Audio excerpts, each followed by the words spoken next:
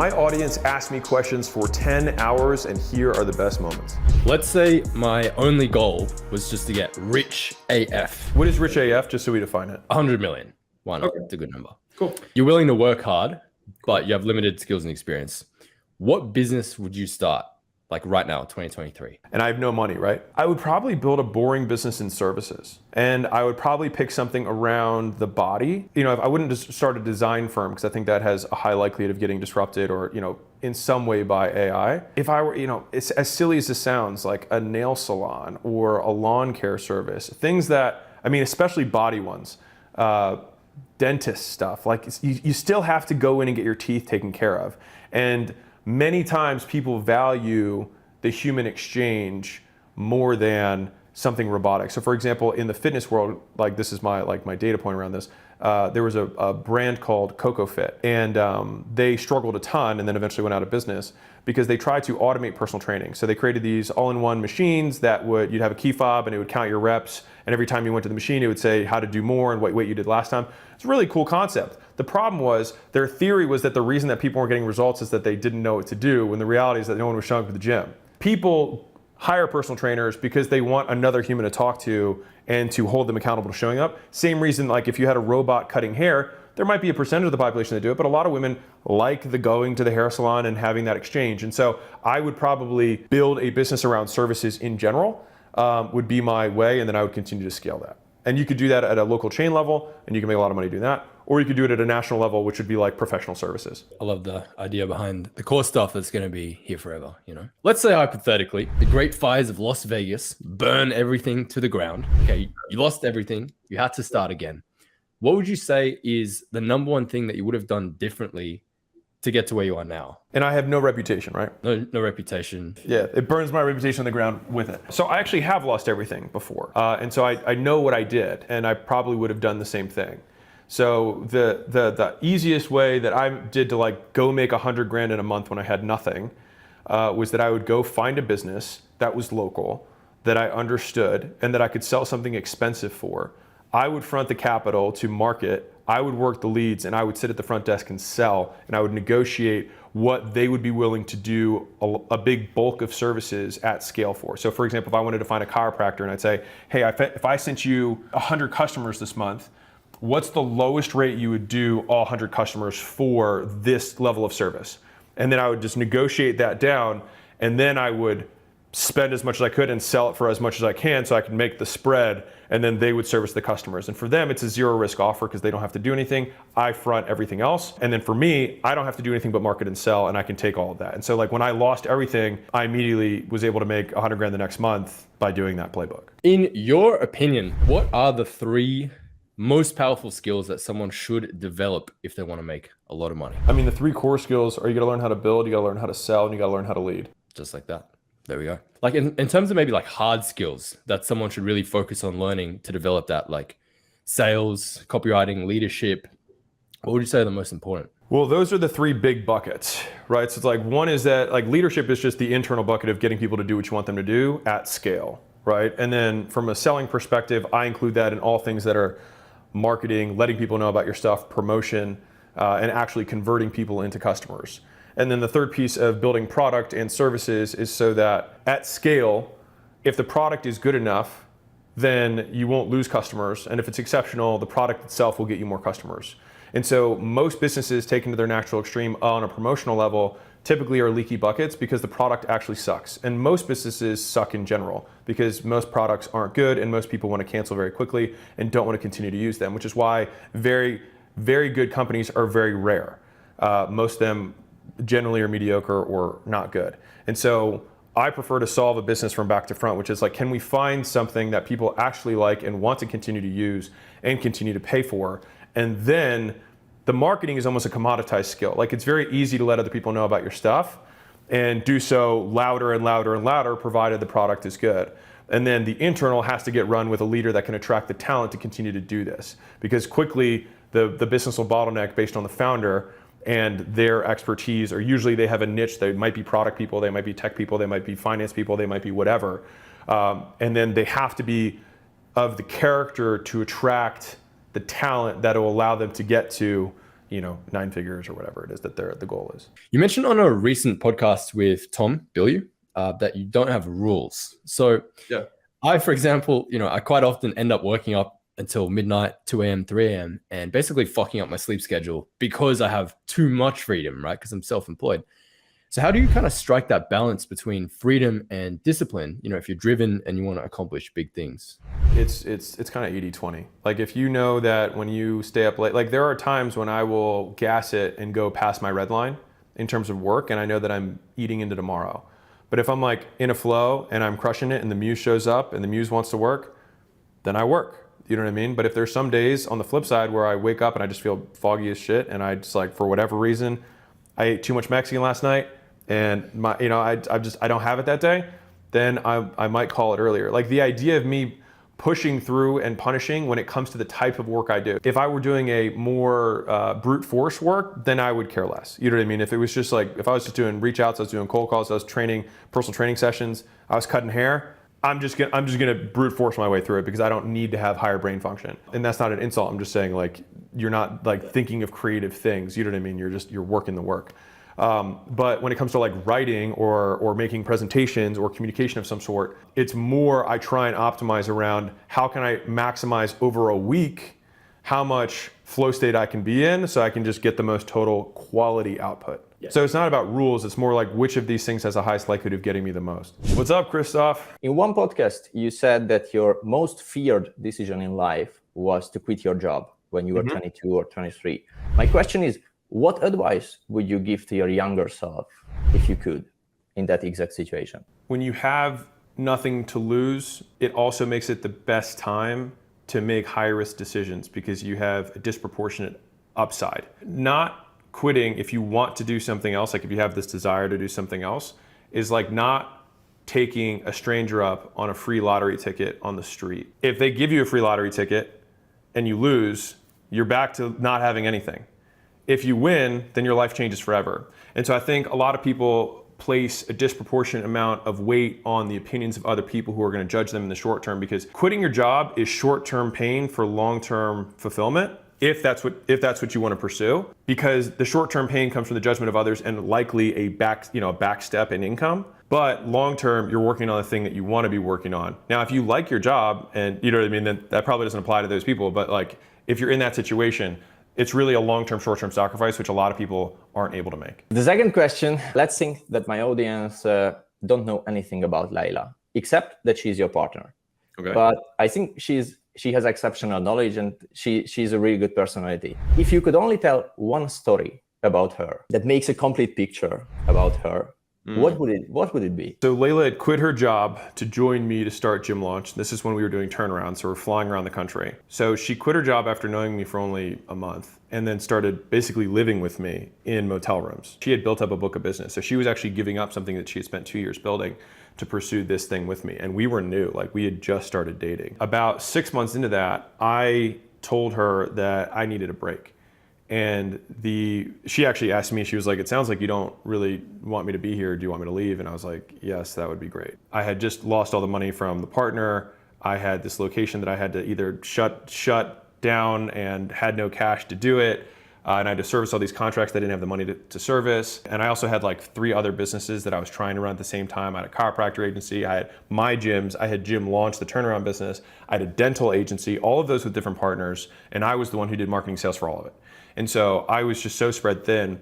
And so I needed to generate money to basically pay the bills of the gym that I couldn't pay, that the money had just gone out the door for. Right after me saying, I don't think we should be together, she had to leave like the next day to go to Hawaii to launch a gym for this guy that she's no longer dating, that she quit everything to leave. Tough situation that 99 out of 100 girls would have just said no. They would have been like, I'm just gonna go back home and try and get all my clients back. But she didn't do that. So she flew out to Hawaii. I didn't have enough money to give her like a nice place. And so I had her split an Airbnb with 5 guys, 5 dudes and Layla. Not ideal. And so she worked out of the Airbnb and, well, realistically, she worked out of the gym most of the time and did the biggest launch that we'd ever done. And so like when my world was crumbling around me and I really needed her to come through, she stood tall. And she did it in a time that I probably didn't deserve that level of loyalty because I hadn't shown her any. And so she did that And then I made enough money from her launching that gym that I could pay off all the bills of the gym that was going under that I just lost all the money on, to basically come out breaking even, so that we could actually go back all in on gym launch and get rid of the other companies. Wow, man, I think I haven't heard this story before. What went through your mind? I can't really believe this and understand it. Well, when she did that, I wanted to be with her. She had extended me loyalty that I had not given her. There was probably a few defining moments in our relationship. That was the first big one. Thank you very much for sharing this. The next one is kind of a basic question, but I'm really curious about the answer. What was your biggest takeaway of writing 100 million offers and also 100 million leads? The offer is a strategic question that influences all aspects of the business and is also a mental exercise that people can feel like they're making progress on their offer a lot faster. Leads is a lot more about activity and implementation. And so people can get ideas from like the lead magnet chapter, but then you have to start reaching out to people, posting content or running ads to start getting leads in the door, right? And so there's a little bit bigger of a hurdle with leads than there is offers, but it's also the main driver of business is letting people know about your stuff. And so I think that many people will mentally masturbate to the idea of making these amazing offers, but I think far more people make money by actually letting people know about their stuff, which is leads. What went through your mind when you rewrote it for the 18th or 19th time? So unless I can work once and have something provide value on an ongoing basis, which is a high leverage activity, then it makes no sense. So I think most people shouldn't write books because the amount of work it takes to make a great book that actually lasts the test of time is extremely difficult. I think I read a blog post where they said how to write a blockbuster blog post. And there was a chart where they said, if you put in like 100 hours to write only one blog post, there maybe will be 1 million views. But if you put like 50 hours, there maybe will be just 10,000 views. It's exactly that. There's diminishing marginal return, but an exponential increase in absolute returns. You know, the gold medal sprinter in the Olympics versus the silver medalist. Like from a business context, the person who's at the gold medalist might have worked 10 times more, right, to get this much more out. But what's the difference in absolute of gold versus silver? Everything. Just being this much better, people are like, well, I don't want to work 50 more hours to be this much better. But being this much better might make you the best at that, whatever the blog post is, or that business, or that solution.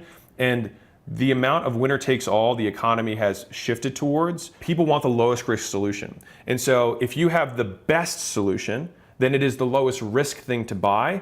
And so to be number one versus number two, 80% of the economics, sometimes 90% of the economics go to number one. And so it makes absolute sense to work 10 times harder, even though you might only be this much better from a marginal perspective on the chart of rankings, that might make you 10 times higher. Some context. We have like a book summary application where we give also exercises and tips to implement the book. What's your average take on books and book summaries? Is it good? Did you use them before? I don't read many book summaries, mostly because you rely on the person who's doing the summarizing to find what they think is the most valuable thing for you, right? Because a lot of times what I find if I read a book, the nuggets that I find are not the main concepts, it's actually the details. If you don't know anything about a topic, then the summaries are great to give you a lattice work, a framework to understand the rest of the information that you're going to consume. But once you have a basic understanding, it's in the edges, which is where you can expand your knowledge, right? And so there's not a lot of shortcuts to getting really good at something. Now a bit of selfish question, but I'm really curious about your thinking. Yeah. Okay, so you remember you had a video where you scaled a no-strip business to 50 million in 6 minutes. Could you do this with a book summary app? Basically do a breakdown of a book summary. So it's an application? Yeah, it's a subscription-based application. Yeah. Got it. What's the price point? $10. Okay, what's churn? I think 15 to 20%. Monthly or yearly? Monthly. Monthly, got it.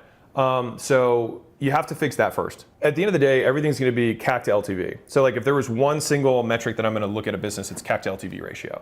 So how much it costs me to get somebody and how much do I make from them over the lifetime. Until that metric is better than the competition, so like Blinkist, right? I think that's one that's like that. I would have to look at their LTV and what are the things that they're doing that like, why are people going to come to me versus them, right? So either I have to be more niche in my selection of books so that I'll have a wider selection for a narrower audience. Like competing against Amazon is very tough. But if you niche down into a specific topic, then you can actually have a wider selection because Blinkist is just going to take the best sellers, right, for every category, because that's going to be the most people. and they're VC backed and they're funded and they can acquire customers at a loss for a long period of time, acquire market share. And unless that's the game you're trying to play, then you have to play it different, which is I want to be really specific about the avatar that I want to go after. And so that's where you do a little bit of research ahead of time and say, okay, is there an underserved market that might actually have a big reading preference? So like salespeople is one of the most common professions on planet Earth. From a personality perspective, how many sales guys read all the time? I don't know.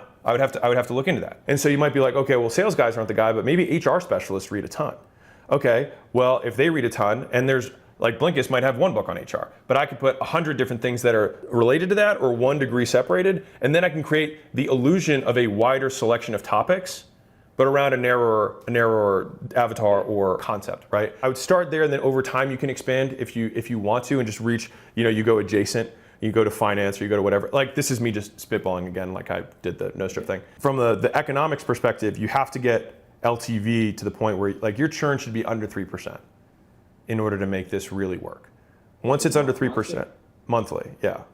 Monthly. I mean, ideally you want to maintain 80% annually at least. If you want this thing to be a big thing, all of my attention would be only focused on that. Like until you fix that, there's no point in acquiring customers because they're just going to fall out the back end. Like there's literally no point, because then you're also getting lots of people in that will then say that thing sucks. You know what I mean? I'm not saying it sucks, but I'm just saying like a friend of theirs is going to say, hey, I signed up for this thing. And they're going to be like, oh, I tried it, I didn't like it. And then they're like, oh, okay, maybe I won't stick on it. I want to be so quiet about what I'm building until all my metrics are right, and then I want to blow the doors off. But most people want to keep hitting these income goals rather than looking at the metrics of the business that are actually going to drive the long-term goal. Because like anyone can market their way to 100,000 or $1 million a month, even with an app like this. If you blow enough money, enough people find out about it, you can do it, but then you can only maintain it as long as you're spending that much money. The moment your spend drops, your income drops, and that's not a business that I want to be a part of. Our USP is that we are in Hungary, and we are doing it in Hungarian, and there is no other application in Hungary. Okay, that's great. If we scale to maybe Poland, we would do it in Polish and not in English, and that's a USP. I like that. And I mean, then at that point, I would just look at, I try and model as closely as I possibly can the number one player in the US from a UX perspective, from the selection of titles, all that kind of stuff. And then I would see if my metrics change if I do that. If not, then it's like there's some assumption that I'm basing this business off of that's not right. In the Danny Miranda podcast, I think, you talked about skills versus meta skills. Could you expand this maybe? A meta skill is a skill that helps you acquire more skills. Learning how to read is a meta skill. Like learning how to learn is a meta skill. With the broadest brushstroke, all the way chunked up, learning to learn well, quickly, and retain information, and be able to implement it is a skill. You give 100 people a course, right? That's free. The difference between the people who are going to be successful and not successful are the ones who already have sufficient meta skills to be able to then use the information and implement it. Like at one polar extreme, you've got somebody who's completely incompetent, right? Who like you have to teach them how to turn on a computer. And on the other extreme, I can say, go build me a company, and the person can do it.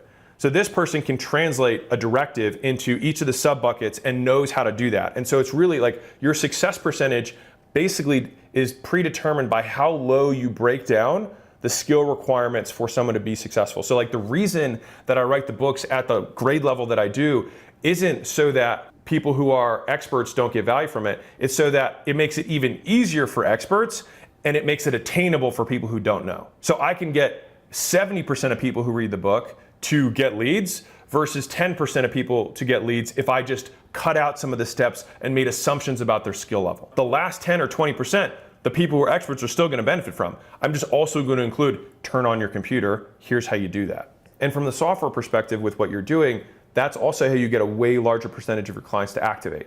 Typically, we make assumptions because we assume that every customer is just like us. And so they have the same meta skills as us, and they have the same interpretation or perception of the world and the UX. And so that assumption isn't true. Like all you have to do is, and I'm sure you've done this, like you look at people scrolling on your app and you see the heat maps and you're like, why are they clicking that button? Because they have different skills and experiences that they're bringing to the table. And so then we just continue to accommodate it, break it down to the level that you could show it to a 3-year-old and they would immediately know how to use it. Like the fact that babies learn how to use iPods is an indication of how simple they have made it to humans to use. And that's why they have such mass adoption. How would you teach someone how to learn? We already know how to learn.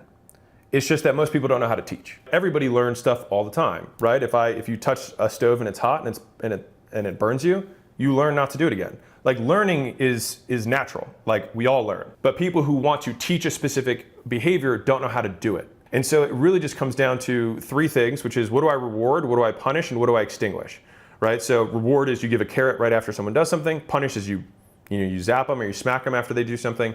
Or extinguish is you do nothing, right? So if your wife walks in and she got her nails painted neon orange and you don't like it, you might not want to punish her because that's probably going to have negative ramifications in the rest of your life.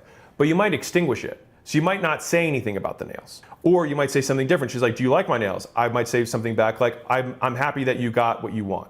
What we're doing is what behavior are we training? And so if you think about learning or teaching as training, I think it's a much more useful word to think through, because at the end of the day, you have only taught someone if their behavior changes in the same context. As in, if I want you to say these words when the phone rings, if I say, cool, we're gonna put you through this training, and then the phone rings, and then you don't say the words, you have not learned, and I have not taught you. And so it's how many times can I simulate this experience, this stimulus, the context, so that I can have them do the behavior I want within the context that's going to trigger it, and then reward them immediately. And that's how you have a feedback loop that trains people to do something. So that is why the streaks in the application and the gamification and those stuff. How would you restructure the education system if you could? Yeah, sorry for this question. No, you're good. You're good. I would focus almost exclusively on meta skills. Teaching people how to learn, step one, and then teaching people the things that are the next level underneath, which is learning how to write, learning how to read, learning how to speak, learning how to do math. Like those are the building blocks of everything else that follows. And in the school of Alex or the school of Hormozi, everyone passes only when you learn. There are only 100%, and you continue to do it until you learn. Like the arbitrary division of grades along age is ridiculous to me. And I think that if there were a lot more clarity around the goal, which is like until you can read 10 pages out loud without making a mistake, you do not move on. If you can do that in a day, fantastic. If it takes you a year, okay. I don't judge you on that. It's just how long will it take you to learn the skill? So a good buddy of mine, Dr. Kashi, taught an autistic kid how to read. He couldn't stay still reading for more than one word at a time, and then he would like have fits or whatever. And so he came to train the child on how to read with a bag of Skittles. And so when the kid would read a word, he would give them a Skittle. When he would read more words in a row than he ever had, like a record, he would give him 2 Skittles. So he rewarded the behavior, and then he had big bonus rewards when he would unlock a new level. And so he kept doing that, and within one afternoon, he had him reading a full page. What is the behavior that I want to reward? How can I reward more of it? Now, none of it was punishing. He didn't smack him when he messed up. When he read less, he still gave him one to reward him for the activity. And then when he read more, he gave him extra reward. As the kid becomes less full on Skittles, and he's like, sugar, he like doesn't want any Skittles anymore, the Skittles become a proxy for approval, and they work just the same. How do you know that when to punish, when to reward, or when to extinguish? We try very hard to almost exclusively reward, because punishment changes behavior faster, reward changes behavior longer. It just takes longer to work, right? Like if someone calls me Alex and I don't like that and I slap them and I say never call me that again, I might change their behavior really quickly. If I leave the room and someone else walks in, they might say I was talking to Alex, because I'm not there to punish them. And so punishment only works as long as the source of punishment is there and the person doesn't get accustomed to the punishment, because punishment itself becomes desensitized over time. And so to effectively punish someone, if you want to consistently punish, then you have to increase the intensity and variety of punishment over time, because otherwise people get desensitized to it. If you're always mean and yell at all of your employees, eventually they stop caring. So you have to increase the level of your threats, right? You then have to say, I'm going to fire you, I'm going to kill you, right? You have to make these threats increase, because you increase the intensity and the variety of how you claim to punish them. Reward, you can reward long enough that you can then extend the gaps between reward to eventually you don't need a reward anymore, and people will continue to do the activity because they have always done it. So it's the exact example with Dr. Kashi and the guy. Yeah, I would imagine if he was doing this over and over again, he'd prove the point. He's not like a full-time reading teacher. The concept is that he would read, and then maybe the next time he comes in, he gives him a Skittle every other time he reads. And the next time it'll be every third time. And the next time it'll be only when he hits a new record. If I can get the kid to read long enough that he actually starts to like the story, then the story starts reward in and of itself, and then I can move away. And then the kid reads without me. And so fundamentally, that's what you try to do when you train any activity, is that most people who are experts at anything get rewarded from the activity itself. Because once you develop a level of mastery in the skill, you enjoy it because you're good at it. So I hope we will meet again and maybe speak longer. Thank you very much. Dude, I appreciate you, Christoph. Thank you so much. Thank you for inviting your community, and hopefully your community got value from the event, and hopefully they use the books and grow the economy in Hungary and all get, you know, way better at whatever it is they're doing. You are incredibly committed to education and self-improvement. How do you select what you will pursue for education? There's so many possible topics. So what process do you go through to select what you're going to be educating yourself on, and how do you also select potentially someone to educate you on that topic? We do everything off the theory of constraints at acquisition.com, which is basically that a system will grow until it's constrained, until its limit. So it's kind of like the idea of the weakest link, right? So it's finding what the weakest link in the chain is, or the constraint of the system is, so that we can deconstrain it and then grow to the next natural constraint. It's a very simplistic look, but it's extremely effective because it just cuts down all the noise into, like, if I had to pick one thing that is the big limitation of this business, what would it be? And so then we just get laser focused on solving that one problem, solve that problem, and then we move on to the next constraint. And if we solve that problem and the business doesn't grow, well, then we pick the wrong constraint. And so sometimes the constraint is your ability to judge what the constraint is, which is why, you know, wisdom is one of the hardest things to earn, which comes from experience, right? Is that you're able to, you know, recognize patterns.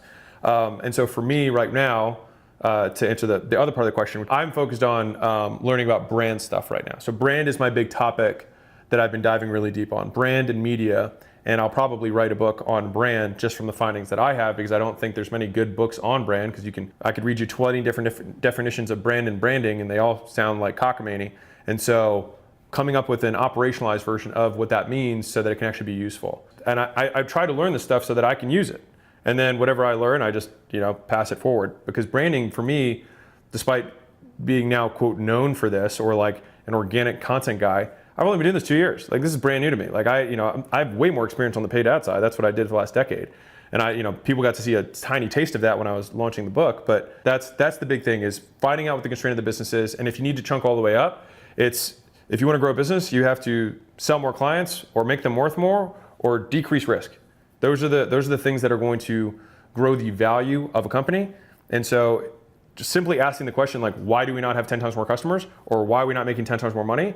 And then figuring out what the answer to that question is, oftentimes is the constraint. Just because you're saying, hey, I'm currently educating myself on branding, and that's fresh for you, what would you say is like a major takeaway in terms of education for the topic of branding that you're just like, I wish I would have maybe known this when I started to try to learn about this 2 years ago? This is like a Pandora's box. If I start talking about it, it might be like 10 minutes. So I can riff on it, but like, buckle in the audience. So if we look at the origins of what a brand is, right?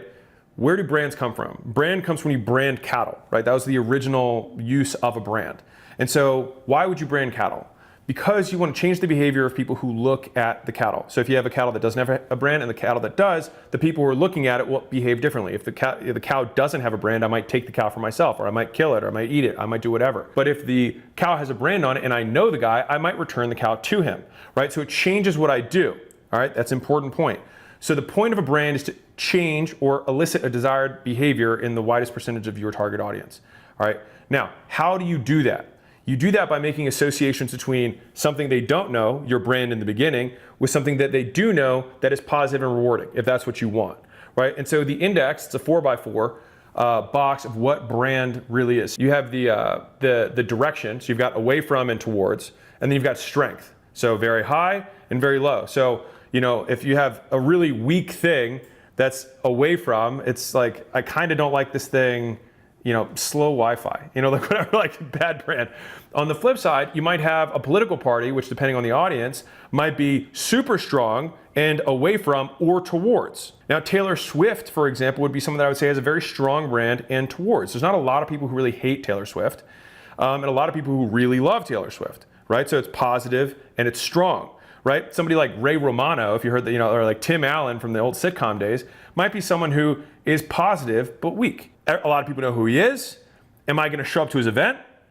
Probably not. The idea is that in order to build a brand, we simply pair things that people know with things that they don't know. The things they don't know is our logo, our tagline, our company, with things that they do know and think are positive. If you were to think about the brand as a bouquet of flowers, it's like having many flowers in a bouquet.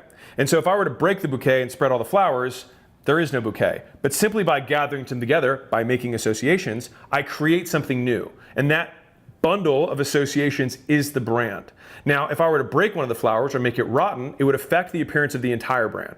And so that's why if you make a single mistake, a Dylan Mulvaney move for Bud Light, you can affect the entire brand. If I get a DUI or somebody gets accused of doing some sort of terrible, heinous act, right? It affects the entire brand. R. Kelly, bad brand now, right? Despite all of the positive, the one broken rose or the one rotten flower affects the entire bouquet. We have to be very deliberate about what associations we want to make with our own brand so that we can continue to positively associate ourselves. And the point of the brand is that we get a desired action or behavior from a specific audience. The idea of growing the brand a lot of times is that you sacrifice some audience for other audiences. So like when I was starting making content, I did it in my closet, right? And there were some hardcore people in the OG Mozi Media days that were like, I appreciate you, that were like, man, I miss the closet videos, right?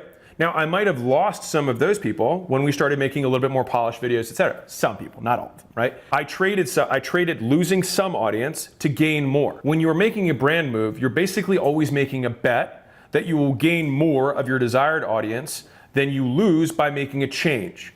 And so you can approximate or slowly move a brand over time by making more associations in one direction and fewer associations in the other. And so that's how you can move a brand over time. Bud Light made a wrong bet. They thought, and maybe this is just corporate groupthink, right? That if they made an association with Dylan Mulvaney, that they were going to get more people to buy their beer. Fundamentally, that's the only reason you would do it as a company, right? You believe that long-term you're gonna get more people to buy your beer. The problem was that wasn't true. Now, the interesting thing is that there probably are people who were a big fan of that move. It's just that there were more people who weren't. They were far away. Right, there were more people who were not a fan of that move, and so that became an away from association. And so that is what I am trying to encapsulate and put together into how to brand. Because now that I feel like I understand it a little bit, I see it as, in my opinion, it's kind of like Neo in the Matrix when he's talking to Morpheus and he says, so you're telling me that I can dodge bullets? Morpheus says, well, when you're ready, you won't have to. And so we learn all these tactics about sales and marketing and show up rates and CRO hacks and all this shit. But if you have a brand, if you see the Matrix, everyone shows up to your calls. No one has price objections. Everyone is excited and refers their friends. It just takes longer to make associations because fundamentally, all branding is teaching. You are teaching someone to do something. You want them to behave a certain way, and you have this red card, and when you see red, it means stop. That's all we're doing. So green lights have strong brands. They're positive. Everyone loves green lights, right? Like it's a simple thing, just no one owns it. But green lights are a great positive association. It's a great brand, right? And so that's the idea of what I'm kind of diving more into. And I see it as the ultimate cheat code for business. It just takes a long time to do, and most people aren't patient. You're telling me I can dodge business problems? I'm telling you that once you have a brand, they become irrelevant. You talk about deleting problems as your favorite way of solving them. Yes. How do you decide what's deletable versus what's not? Because I can imagine the person who really loves that strategy doing nothing and just deleting all problems. So how do you prioritize a problem worth solving versus a problem that is deletable? Well, it's just percentage likelihood of impact. Chunking all the way up to like, will this cost me number of sales, like sales velocity? Will this decrease the lifetime value of customers? And will this increase or decrease the likelihood that whatever I'm doing right now continues to occur? So we're trying to value a company, right? We look at what's the sales velocity, how many customers they sell, what's the lifetime value of every customer, because then you can extrapolate what their run rate's gonna be at scale, at max, unless we change something. And then you divide that by risk, which is how likely is it that there's gonna be an outside event that's going to change this thing from continuing to occur, this box of making money. How likely is it that it will continue to grow or at least stay the same? And so if I have a problem, I have to be able to track it back to one of those three things. And if it doesn't really track to one of those three things, or there's another problem that has a much higher likelihood impact in terms of it's higher likely and it has a greater effect size, then I'm gonna prioritize that. It's just that oftentimes if someone's like, man, I really think we should change the colors on the site, I would just say like, what's the likelihood? Like I have been notorious for having ugly as shit sites my entire career. And you can make branding, make associations, and I think there's an argument there, but what's the likelihood that it's going to affect how many companies do a deal with us? It hasn't up to this point. And so is it a constraint of the business? No. Is it something that I could improve? Absolutely. There's also 100 other things I could improve. I could also send more emails, which I don't do. Like, there's lots of things I could do, but what are the few things or the one thing that matters most, which then ladders back up to what is the constraint of the business? If I look at the highest priced competitor in my market and I one up them and then they one up me potentially, like, is there ever a point in which we just say, like, we're priced premium enough, or do we always have to go for the top? Like, how do you make the determination of premium? There's basically 4 positions in the market. You have luxury all the way at the top, which is technically a Veblen good, which means when I increase the price, demand goes up. And that's because there's an association with the price that makes it more valuable. So the fact that everyone knows how expensive it is affects the value that I get from it. The fact that everyone knows the Rolex is 100 grand, the one that I'm wearing, whatever, then it makes the Rolex more valuable. So it becomes a virtuous cycle, which is why LVMH is one of the most valuable companies in the world. Then you have premium, which is basically the above average. So it's there you have to pair utility with the premium. In luxury, the extra price tag is the value. Whereas with premium, like BMW is premium, they're not luxury. They're a little bit better at a lot of stuff, and so you pay a premium because it is a little bit. They use better materials, it breaks less, whatever, right? And so then you have your mid-tier, your run-of-the-mill, your commoditized space, which sucks, and then you have your low-cost leaders, which they make their entire business on how can I drive efficiencies in operations at all levels of the business so that I can be the lowest priced person in the marketplace, right? And still make a profit. To route to your question of, like, when is enough enough? The key indicator for me, and most of this, like the quote higher ticket world, you're not luxury goods. The fact that it's expensive is not the reason that people want to buy it, right? It's actually technically a premium. I'm more extreme about the price to value discrepancy than anything else. And a lot of people get into trouble because they raise the price so much that it's just in excess of the value they provide. And so then they actually create a negative experience. Like if Chipotle were $50, people would probably not like Chipotle, even though the product is really good. But at $50, I don't know. And so the reason Chipotle is so viral, you know what I mean, it's like the price to value discrepancy is so good that they tell their friends, right? And so that's where this kind of marriage of how can I just short circuit people's brains from value perspective, which is what I try to do with the books and the courses, so that it becomes viral on its own. And then my cost to acquire customers is 0. And so then everything after that is just gravy. Are the 4 variables when you're using this is you've got the price, the value at the top, which is what they get, right? The price is what they pay. You've got your cost of goods to deliver, and then you have your profit left over. And so it's playing with those 4 variables so that you can maximize the amount of absolute profit that the company makes. Pricing high has become shorthand, and where I think people get a lot of benefit from the offers book is that when you price higher, you automatically weed out shitty customers. And I think many times that is the real reason that a lot of people's businesses grow from that price. Now, obviously, there's more profit. You have excess things that you can deliver on. But a lot of people don't actually take that excess money to create a better experience. They do a gotcha, and then they never get anything from that customer again. And so that's the wrong way to use it.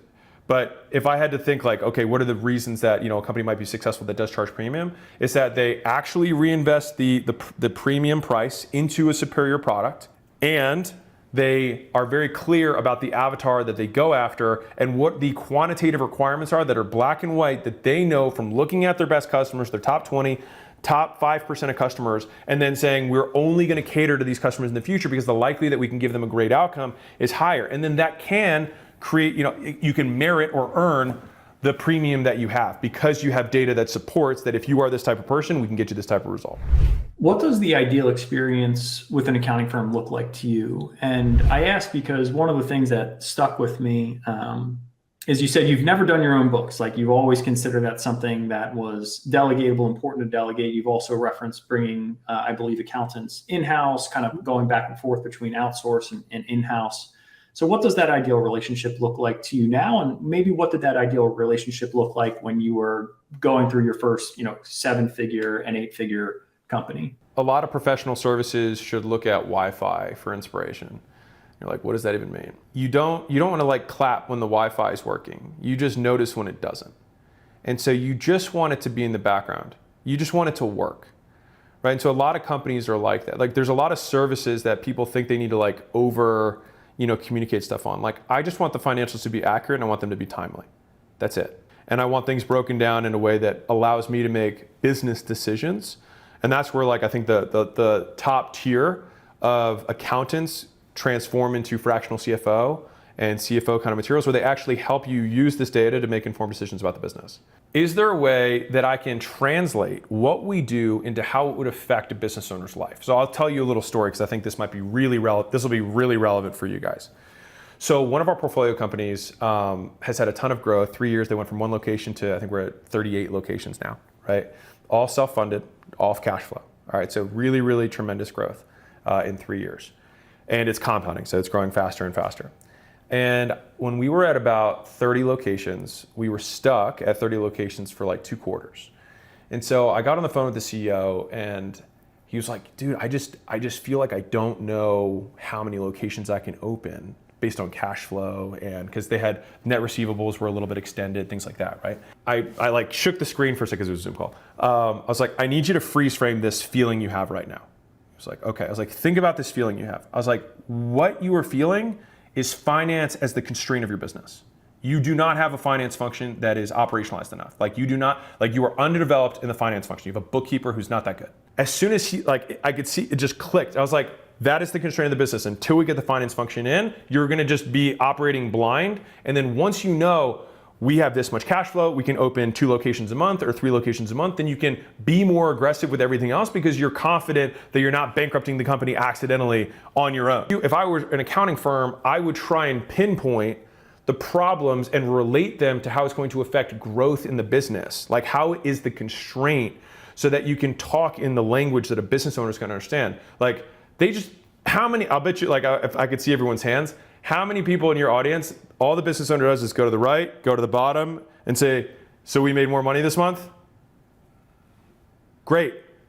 And so I think adding that level of strategy of, like, by the way, I think this is a little fat compared to other companies that we're looking at. This is a little bit under compared to other companies we're looking at, and this might be an area of opportunity. Little things like that that actually add value to the business, if I were somebody who is in charge of accounting. I'd like to get this answer in less than 60 seconds because I know we got to go and I want to be respectful of your time. This has been incredibly informative. How much of a skill should you develop, or how much should you educate yourself before hiring for it? So, for example, like, do I need to be a sales manager before hiring for sales management? What you hit at is one of the hardest parts of business. You need to make an informed decision without context, which is why, being an entrepreneur, you end up becoming a jack of all trades so that you can have enough context to make at least an informed decision. And so I'm going to steal a playbook out of, oops, wrong shoulder, there we go, out of Layla's book here, and I'll give you my tactic around this, which is, you want to interview for people who are sales managers, and you don't want to hire anyone for a little bit, which sounds tough, but what you want to do is you basically want to interview for information. Now, if you meet a gold star, that's amazing, but you want to talk to people, and if you know more about it than they do, they should be teaching you. And once you talk to 10, 20 people, they're basically like expert interviews for what it should look like. And so then you get a very good idea of what the role should look like after listening to people, and you'll get an understanding of the level of nuance. And I'll give you this one little tidbit that is super powerful when it comes to judging skill. The quality and quantity of data that someone chooses to collect around their particular department is almost directly proportional to their skill. And so, for example, I have lots of marketers who are like, my product's amazing. And I say, cool, tell me your metrics are. I was like, what's time to value, right? What are the key activation points? Like, what's churn, right? Like, just some of these metrics. And they're like, well, dude, our refund rate's really low, right? But I'm like, okay. I was like, well, what about the marketing side? And they're like, well, CPMs are this is our click-through rates, this is our conversion on the page, this is our percentage to schedule, this is our percentage to show, this is percentage open rate, this is percentage click, like, they go through all this stuff, and I'm like, right. So I can see very clearly that you're a better marketer than you are at product. And so simply getting an idea of the quality and quantity of the data that someone collects around their department will get, like, when we hired our director of people, it was the first time that I had someone actually tell me metrics I'd never heard of. And I was like, she's the lady. She's the gal. My community loves you, and that's how we are here. And I literally got like 150 questions. I had to narrow it down to 5 or 6. It was so hard. You mentioned something in the $100 million offer that To hit your first 100K, you don't need a lot. You just need an offer to sell. And that's exactly what we did. But right now we are hitting a bottleneck. And our biggest bottleneck is operations. And I want to know how exactly you got out of gym launch operation, because we have a very similar business model for service providers. For what service providers? Mostly agencies and digital consultants with lead generation and sales. The way we do it is with a one-on-one consulting and in a group coaching format. So coaching models in general tend to be very difficult to scale because the reason people come to you is for expertise. In order to get other people to provide that expertise, then you have to create lots of experts who then eventually walk off and start the business on your behalf and take your customers with them. I would say there's a couple different approaches. So the first is that there's the law firm and the McKinsey kind of consulting model. There's a track to become a partner in the business, and then that's kind of the whole business structure. So there's a way to share in the profits. They do make lots of money, but the owners of those end up having to dilute themselves out. Not that there's anything wrong with that, you can make lots of money doing it. But that is a version of the model. The other way is to productize basically get narrower on the solution that you're providing and productize it to the greatest degree possible so that anyone could do it even if they have no knowledge of it in terms of the implementation of the thing. That is more the direction that we went with Gym Launch, because we had a very specific, we didn't even work with all gyms, just to show how narrow we were with it. We worked with only micro gym owners. We have now expanded to health clubs as well. The 5 or 6 years that I was doing it before we sold, we were only micro gyms. And so just to show how incredibly narrow that was, someone had to have at least 30 members, a signed lease, 1 employee, and be running this type of model for them to be a customer. And then if they fit all those things, we could generate a lot of revenue using our playbooks. I could have somebody who had no gym industry, no expertise whatsoever, and still say, send this email, say these words, here's 10 recordings of people doing this exact same thing, this is the expected value. And so that's from the delivery perspective. Now, operating the business overall comes from talent and being able to find people who are just as smart or smarter than you. And people say that, but when you actually meet somebody who's smarter than you, and then they admire an aspect of what you've done so that they start to work for you, that's where you really start to have the magic happen. What are some of the things that agency owners should avoid doing if they ever want to scale, in your experience? Okay, so what things should an agency owner avoid when they're trying to scale? Yep. I mean, the same things that any business owner would want to avoid when they're scaling. Agencies tend to fall into they tend to fall into the bucket of trying to be everything to everyone. So maintaining the discipline to be very focused about the problem that you're solving and who you're solving it for. And I think that solves 90% of the problems from a strategic perspective for any small business owner, including an agency. The second piece is that if you're in a service-based business, the quality of your talent is going to be directly proportional to your growth, because you're basically selling people, fractionalized people. That's what service businesses are, right? You're selling some level of training that you're able to give and having more efficiency than an individual business owner would have. Like the classic, small business owner lead gen agency that charges $2,000 a month. The idea is that if they were to hire somebody full-time to run these ads, it would cost them $5,000 or $6,000 a month, but you have copywriters, designers, and media buyers and page designers who all work a fraction of their time for this one business, and they can get it more efficiently, and you can still do it at good margins, right? That's fundamentally what service businesses are. And so the quality of that talent and the culture that you have at the business to attract and keep that talent are the kind of the key or the crucial pieces of the success of the model. You mentioned something in the book where you mentioned the agency model, where you hire an agency to learn the stuff and you internalize it.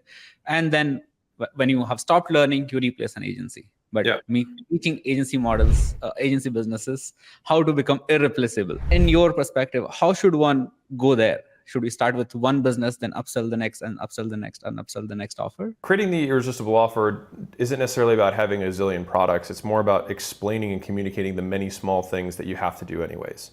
And so rather than saying I'm going to generate leads for you, that's one outcome, but there's many things that have to happen along the way. You have to create landing pages, you have to write copy, you have to have follow-up sequences, you have to work the leads, you have to have scheduling, you have to split test, you have to make new creative. There's lots of things that have to happen in order to just get the single result. And it's just making sure that we're delineating those things, because an unbeknownst or an ignorant business owner, I say ignorant in the technical sense, they just don't know, would have no idea what you're doing. You're just go get me leads. It's well, it's much easier said than done. And if I was doing it from an outbound perspective, I'd be well, I have to warm up domains. I have to, spin up different accounts. I have to split test different email openers. I have to split, you have to explain all the steps, and they're wow, there's a lot more work that goes into this. Now I can appropriately value this price tag that you've ascribed to whatever the service is. So that's piece one. In order to be irreplaceable, oftentimes you'd have to go after significantly bigger customers. If you're an agency for Fortune 1000, for Fortune 500 companies, it would be so costly for them to spin up at scale the level of talent that's required to do like programmatic media buys across 100 different platforms in different countries. And then the likelihood that they want to leave or do this on their own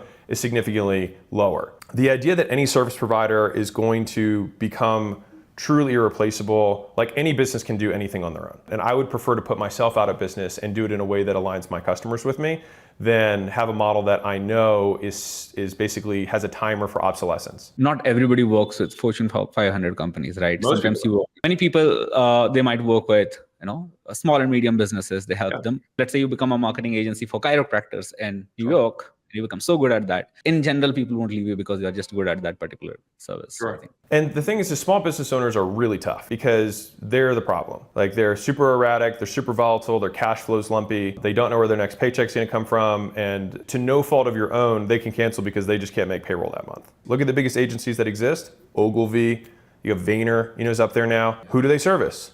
Massive companies. Why? Because the quality of the customers are higher. And so they know that when they sign a contract, they actually stick with the contract. We all know that if you have a small business owner who signs a 12-month agreement for agency services, he's good for 3 months. The biggest model that I've seen for small business owners from a marketing perspective was an agency that was running $300 a month. What? $300 a month price point because they had figured out, and like there's a key here, is that like those business owners are so price sensitive. It's not whether you can sell them, it's whether you can keep them on their worst month. The price isn't based on the value that you can deliver on the best month, but how much you can keep on the worst month, because that's where the churn comes in. The best model that I saw was doing SEO for small business owners, and they had completely automated every aspect of it. It was basically just a playbook, and I think it generated reviews and maybe a couple phone calls a month. But at a $300 a month price point, if they got 1 or 2 phone calls a month, it was worth it. So the bar to get over to ascribe value, and especially on something that I call like a nuisance business, where it's like, I know I should be maintaining my reputation. I know I should be doing some of this stuff. Okay, for $200 or $300 a month, I don't feel guilty about not doing it because this is being handled. We are in a consulting model, right? What happens is some clients actually do the work and they get results. And some clients, they need a lot of follow-ups and they need a lot of accountability from you. How do you maintain that? Like, I know I'm getting very nitty-gritty into this, but I'm good with nitty-gritty. You talk to basically one of the core problems of all B2B businesses, which is that you end up taking over the person's entire business until eventually they're like, yeah, if you could just send me a check every month and you run the business, that would be awesome. That's why being very disciplined about problem definition from the services that you provide, number one, and here's the one that everyone messes up. Who you pick. It's not like, even if you work with chiropractors, right, as that example, you don't necessarily even want to work with all chiropractors. You look at the customers that you have right now that are the best customers, like the top 20% or the top 10%. You say, okay, what characteristics do these people have that other people don't have in my client list? And that's both from the the hard perspective, what are the quantitative differences? They have a certain size business, they're over a certain amount a month, they have a number of locations, they have a certain amount of employees, number of customers, like you just get all that data on them. And then also, what was the experience that they went through when working with me, and was it different than some of my other customers? Because one of the things that happens oftentimes is that the first few customers you get become really sticky, and then you start scaling, and then you have this front revolving door, but you still have your core business of these people that you had in the beginning, right? So why is that? Because these people got more help from you and actually got delivered more value, and then you basically tried to scale without scaling the value that you delivered to the original customers. Right? And so if you're at whatever, 15,000 a month and you've got 5 customers and they're all like having a great experience and you keep signing people on, they keep leaving, it's like, okay, well, instead of me trying to sell 5 this month, why don't I just sell 1 and do a great job and then not lose them? And like, that's the key to compounding in a service business once you pay down the inefficiencies of them not knowing what to do yet. And being very specific about who you serve and who you don't. Like, we didn't work with personal trainers. Cycling studios and like yoga studios 100% could use our model. We didn't work with them because the founders tended to be psychologically different. Their adherence was super low because they just come from a totally different worldview than the guys who are more fitness, weight loss, transformation focused, even though at the end of the day, it's just a membership with a back room where people work out. But mindset wise, they had a very hard time kind of adopting a different model. Even though monetarily, it totally made sense, which means you need to have discipline to say no. Dude, this is so hard to say no to this new upcoming business because you know it can help them, but they just don't fit your criteria. 100%. Right? Dude, I have 13 companies. I get 1,800 a day who reach out. Whoa. Right. So you have to say no. It feels weird to like say no because a lot of the time I get course. So we specifically That's why work most with- people stay poor. They can't say no, and what happens is you go for the short-term money and you sacrifice the long-term money, because then you just get in this operational rat race, and then you scale up your costs to meet the fact that you took on all these customers that you shouldn't have taken on to begin with, and then you have to pay them every single month, so then you have to keep on taking on customers that you shouldn't have taken on to begin with, and you get in this vicious cycle that you can't get out of. Until you downsize, you take 2 steps back, 5 steps back, fix your ego, and then say, I'm only working with these customers because ethically I know that these are the ones that I have the highest likelihood of success with. Everyone else, I have mediocre success, and I can say it's their fault, I can say it's my fault, it doesn't really matter. All that I know is that the likelihood that they achieve what I think they should achieve is low, period. So I'm not gonna sell them. Aren't you afraid that the TAM will go smaller? Like, Of course. You can build a niche an inch wide and a mile deep. There's 30 million small businesses. You don't need to service them. There's 50,000 gyms that fit the model that we have. Now, if you want to build a $10 billion company, then yeah, you're gonna have to go after a bigger problem. But if you want to build a 9-figure company, you can do that in almost any industry. so you mentioned that when you started out, you started with the first 5 customer framework. That was awesome. And then you just grew with referrals. So this question came from a fitness consultant herself. And she said that with the competition that the fitness market is, how do you stand out? Honestly, it's just being authentic. 99% of the fitness market just looks at what other influencers are doing and say, I'll copy that and I'll do stuff like that. But then you just do a worse version of what somebody's already doing. Zooming all the way out, fitness, like there's no secret. Work out more, stop eating shitty, you'll look better over a longer time horizon. Like that's what it is, right? There's gonna be a subset of an audience that is like you, genuinely, and they wanna get they could get fitness information from Alex, but if I'm a 45-year-old Indian mother, I'm probably not gonna be her source for fitness information, even if I say the identical stuff as another 45-year-old Indian mother. Now, if that 45-year-old Indian mother looks at my fitness content and tries to make content like mine, it's gonna seem weird. You can stick out by actually being yourself. I know it sounds trite, but this is real. There are so many unique aspects of someone's life and the things they're interested in compared to other people, that if you just lean into those differences, those unique the things that you're actually into that are weird, right? Rogan's into aliens and mushrooms and comedy and fighting. Who would have told him, like, you should be Joe Rogan?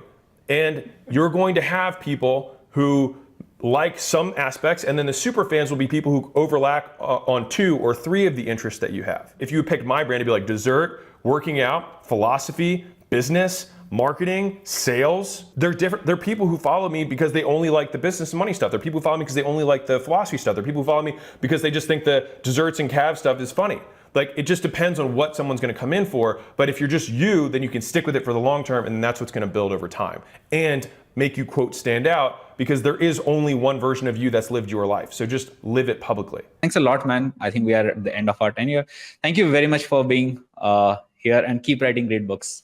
I hope you make so much money from the book and crush it, because at the end of the day, there's more problems than any one person can solve, and I hope we build businesses to solve them. So explain to me how the franchise works. Yeah, so we have a lot of clients that want to work with us, and we have a lot of closers that want to work with us.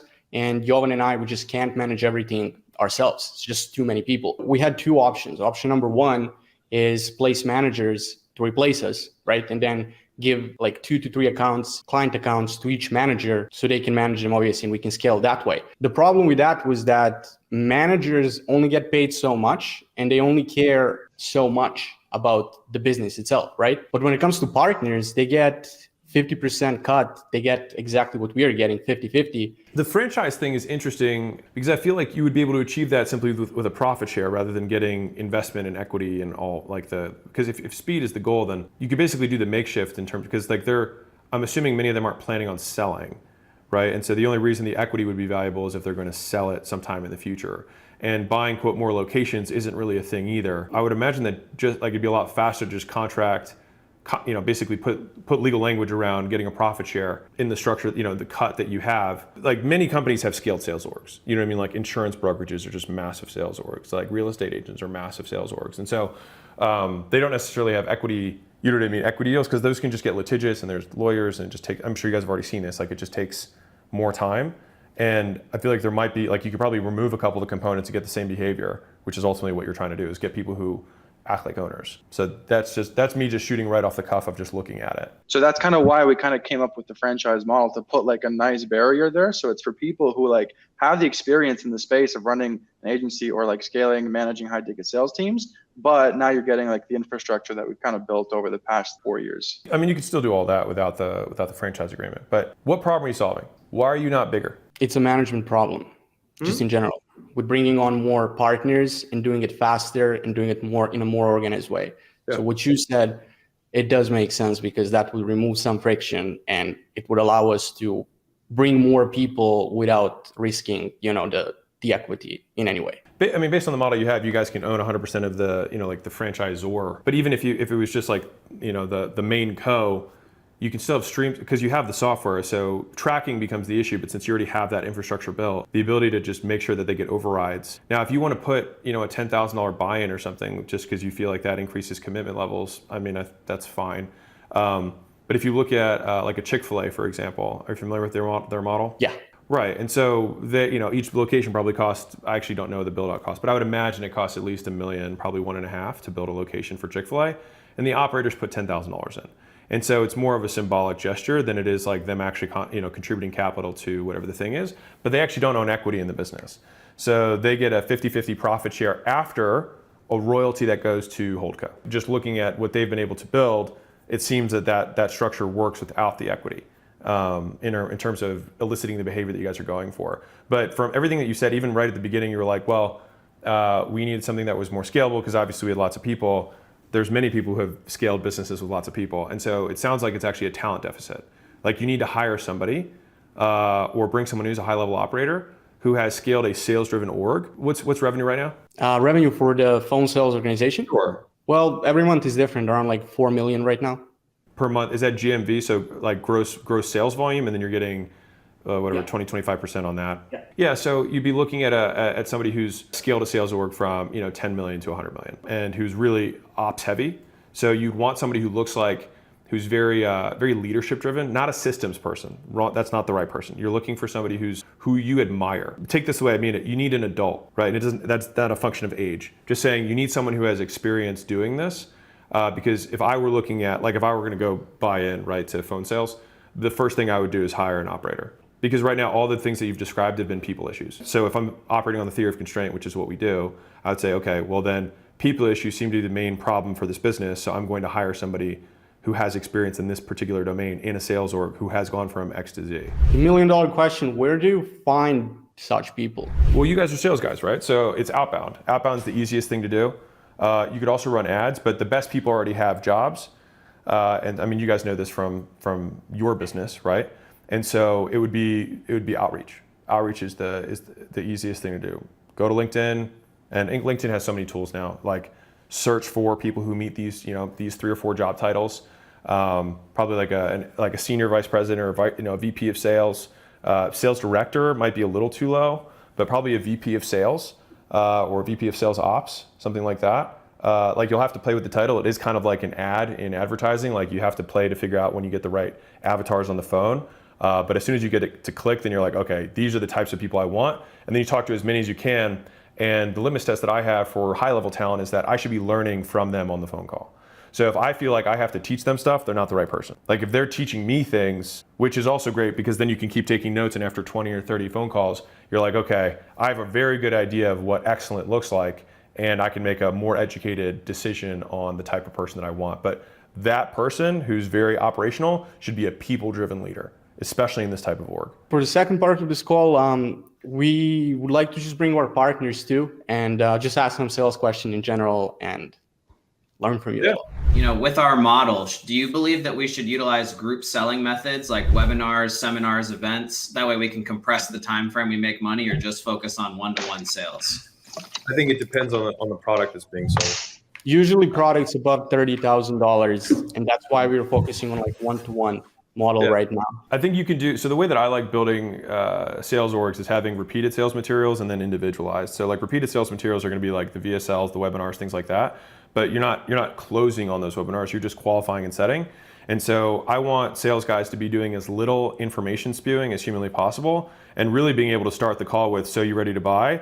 and then yes or no, and then work your way. So you have 60 minutes to close rather than, okay, great, now like discovery, like let me talk to you about how we might be able to help you. Because then sales guys get really tired of saying the exact same pitch, then they sound like robots, then they get zoned out because they're saying something and they're not listening. And so the talk ratios get way off. And so I prefer having as much of the standardized information sharing being done before the call so that the closer's time can be maximized to closing rather than just like teaching. But I wouldn't be trying to pitch 30K stuff directly to a payment page. I'd probably be pitching that to, qualifier set calls. Yeah, that's how we're doing it right now. But we've seen some other people, they have like live webinars, and they have the sales guys on the live webinars. And even though they're selling super high ticket offers, they try to like do that communication/information stage of the call, like just through the chat. And then once they show a level of interest, then they get them on the call. Well, they're using the webinar as the set. Correct. At the end of the day, there's a certain amount of information that someone needs to have, or a certain amount of like exposure that they have to have to a brand or a product for them to make a buying decision. And so that can be a long set and then a short close. It can be a set webinar close. It can be a long webinar then a close. Like there's just a certain amount of selling. The runway for the plane has to be a certain length. Doesn't really matter where you slice it. It just has, like, this is the amount that the majority of people need to have before making a purchasing decision. Now, some people might need less, and that's okay because they probably got it beforehand from other things that they've consumed. So if you want to say, okay, how do I sell? Well, I want to increase the likelihood that the highest percentage of people buy, then I want to create an experience that the highest percentage people get all of the information that they need prior to the closing conversation.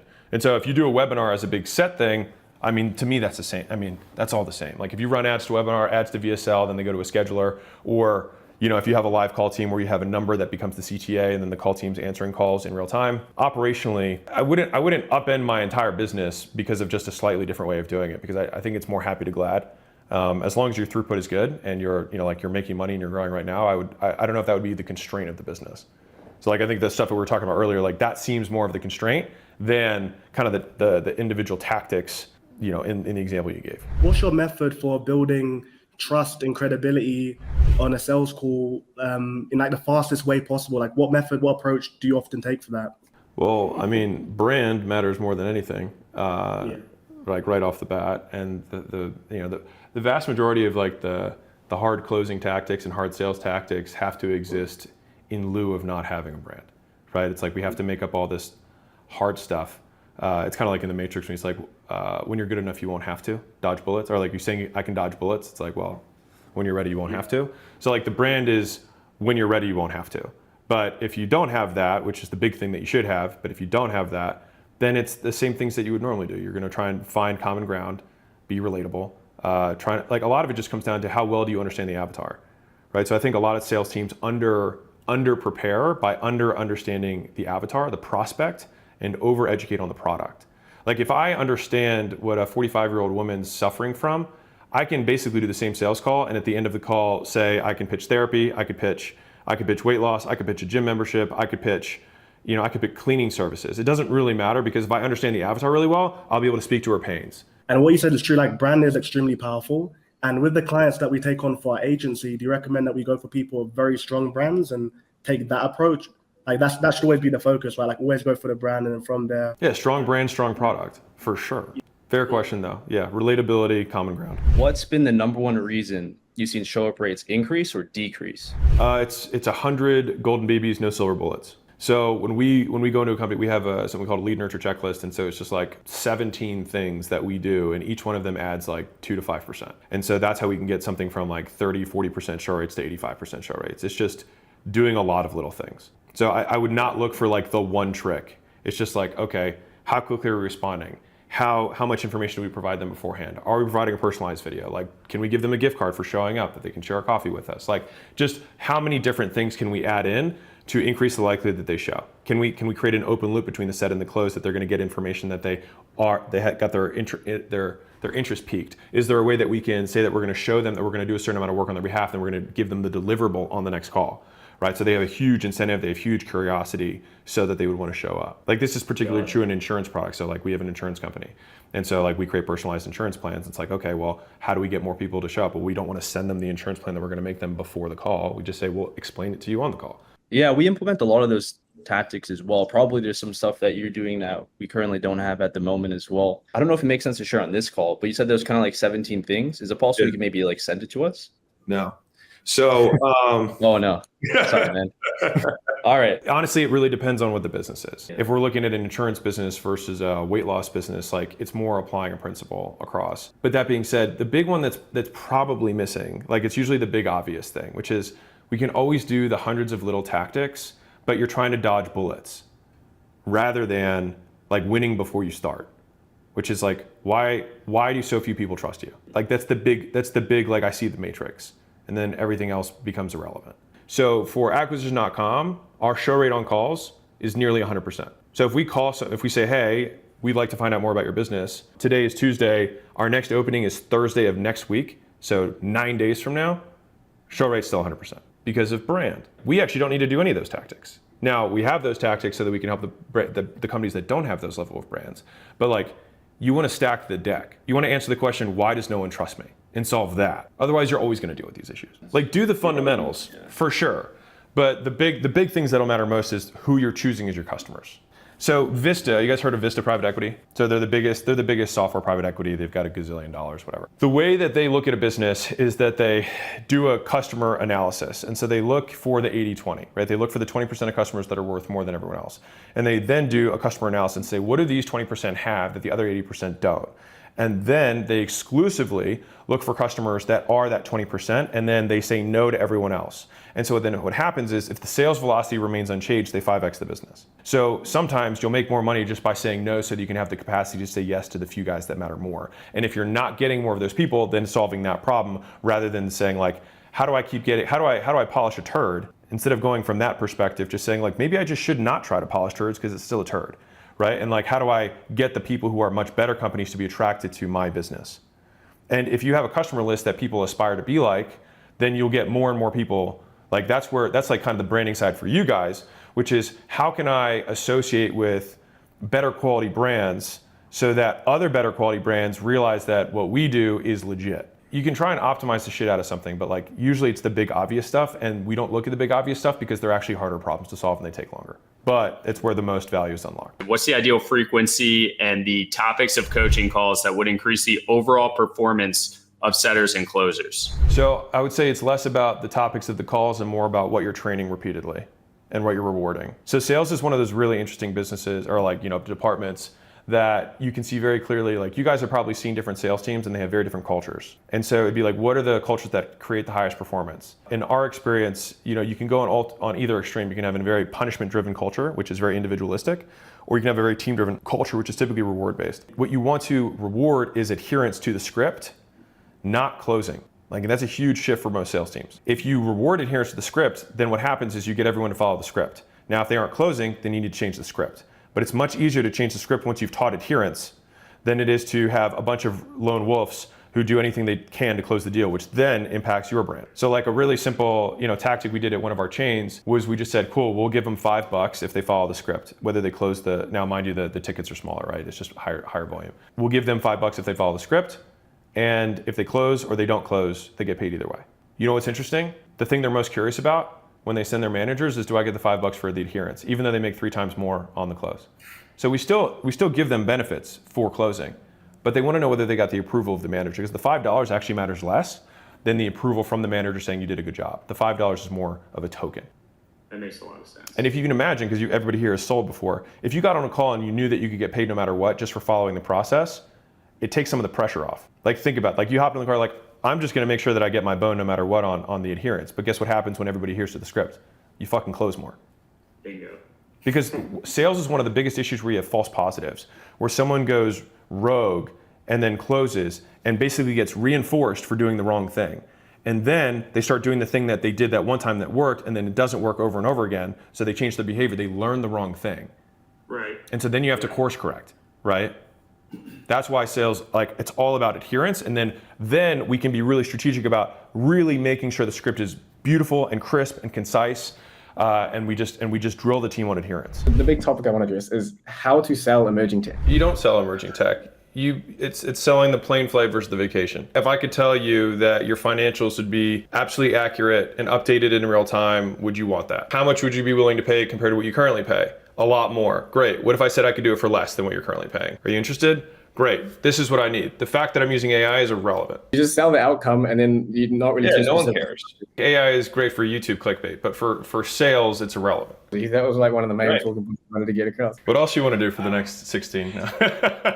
You must be getting a ton of businesses, potentially a lot of AI businesses that are coming across your desk right now at acquisition.com. What are the things that's making, sort of jumping out at you, and what are the sort of commonalities between things that make you really go, oh, wow, that seems to have some kind of staying power? The vast majority of AI businesses that I look at are dog shit. And so they're not real AI, which is 99% of them. They're basically just built on ChatGPT, which is fine. There's nothing wrong with that, but I'm just like, let's not claim that we're creating AGI. On the other hand, it's people who have no business acumen. And so they're like, it's totally different. Like the normal laws of business don't apply. It's like they have always applied. And they will always apply because they're just how business works, right? Those are the vast majority of people that I see in that. I do think that AI implementation for Main Street is an enormous opportunity. So AI-ifying, if you will. And I think your first conclusion is right, which is being the custom guy is tough. You know what I mean? It's all things to all people, which is nothing to no one. If I'm talking to the audience now, if you guys want to get into this world, what you want to do is look at an industry or an avatar that you understand well. And so one of the things that like Y Combinator and some of these great legendary investors look at is how much time a founder has suffered and lived through a problem. I can talk about breathing because I've had 2 nose surgeries. I've been falling asleep on my hand since I was in 8th grade so that I could breathe. So like I've lived with the problem for a long time and I've tried many different types of solutions. So I have tons of industry knowledge if I were to start a company like that. If you have a job right now or have had any type of job, you've worked in a business. That's a great baseline of background knowledge that's difficult to just jump. Like even if you were a server at a restaurant for 2 years, you still will probably know more about restaurants than 99% of people who aren't in the restaurant industry. Like I don't know anything about how restaurants work because I've just never really worked in one. You could probably be aware of, because you now also have this understanding of what AI can do, to think, okay, there's 100 problems in a restaurant. Is there one very specific problem that I can solve well and is very similar between restaurants? Because as soon as you get the point A to point B, you can create the clear value prop and you can message around that. Getting extremely specific, which is I think what you were saying that you give the advice to, is super smart. And it makes the problem set really narrow to solve. So you can become an expert that's an inch wide and a mile deep. The exact same thing. The reason that most people don't do that when they're starting out is because you don't have enough demand. You have so few leads that come to you that you're like, well, I mean, shit, I need to pay rent this month. And I only got 4 leads this month and all 4 are completely different, but I need the money. And so I get it. Redeploy that cash into getting really concentrated on your marketing, which is what offers and leads is all about, so that you can find that specific avatar that you can over and over again repeat, which is also why referrals are so strong, because if you do a good job, they will send you other people just like them. The question is yes, I can pick a niche to do this AI automation. I can build AI solutions and sort of targeted one, but what is the opportunity that I should target within the niche? And that comes down to either A, as you said, industry experience that you already have, or sort of B, what we've said is finding some sort of partner within the industry. So we say you can either try to pay them for their time as a consultant, or you can just message enough people and say, hey, look, I'm looking to bring these kind of solutions to the industry.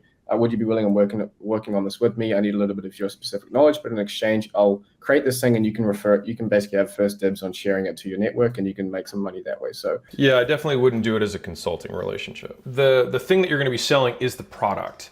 And so having a consultant who's the one who's in charge of the primary value that you're driving is not a good idea.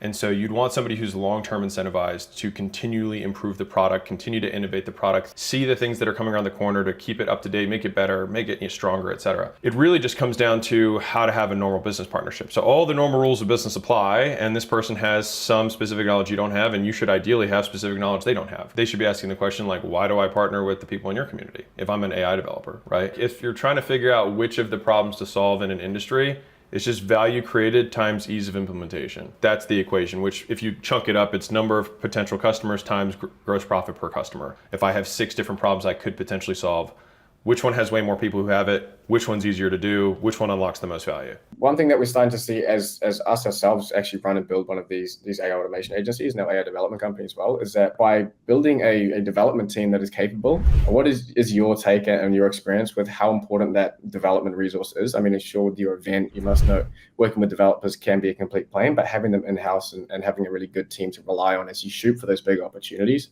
can be key. I mean, what's your experience been like this, and how important do you think that development resource is when you're going for those bigger plays? Very.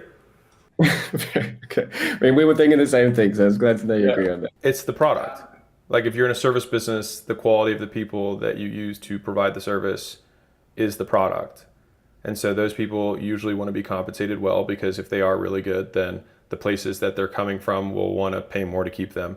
And so you have to give them a great place to work and a financial incentive or some upside that they get exposed to that they wouldn't otherwise. Like you want them to feel like owners. And the best way to do that is for them to actually be owners. If you're trying to get on the cutting edge of technology, then actually having the people who are good at that is the business. While it is a great resource to have, a really killer marketing team under your belt, but the development side of things, I tend to find, at least in our experience, has been a harder thing for us to create. It's hard because you don't know it. Like it's easier for you to do the marketing stuff because you're good at it. So you know if someone's full of shit on the interview. You just don't know if anyone's full of shit on the interview because you have no context. The most important hire, which is why I say this, is you need a technical co-founder. You need somebody who has a real stake in making sure that the people who are coming in are actually good. Not that you're checking a box and saying, hey, I have 14 people on my development team. Anybody in the true high-tech world knows that one amazing developer is more valuable than 100 B developers. This is the hardest part of business, is hiring people who are really good at something without knowing the in-depth knowledge. And that's where like leveraging somebody who might not want to work for you that you do think is brilliant to at least interview or double check on how good they are is really valuable. That's where like building a network becomes important, and getting even some tests like of aptitude for them to take so that you can at least get some sort of baseline. But it's all going to be about how skilled that person is, because ideally if they were as good as you are at marketing, then you guys would probably have a really successful business. We've been fortunate enough to find that magical sort of technical co-founder. So we're starting to get them really well compensated, both getting an equity as well. So we are off to the races, and that's completely changed our business. I can't even stress for anyone of you in here that key hire is just a complete game. I'm sure you've had it, Alex, in your businesses where you've just found that right person and it just completely changes things. All right, appreciate you guys. Thank you, and appreciate the community. Thank you guys for showing up. Hopefully the book serves you guys well. How do you feel like in general? Do you think like you think you brought as much value as you promised? I hope so. I try to answer the questions to the best of my ability and provide value to the audience. So.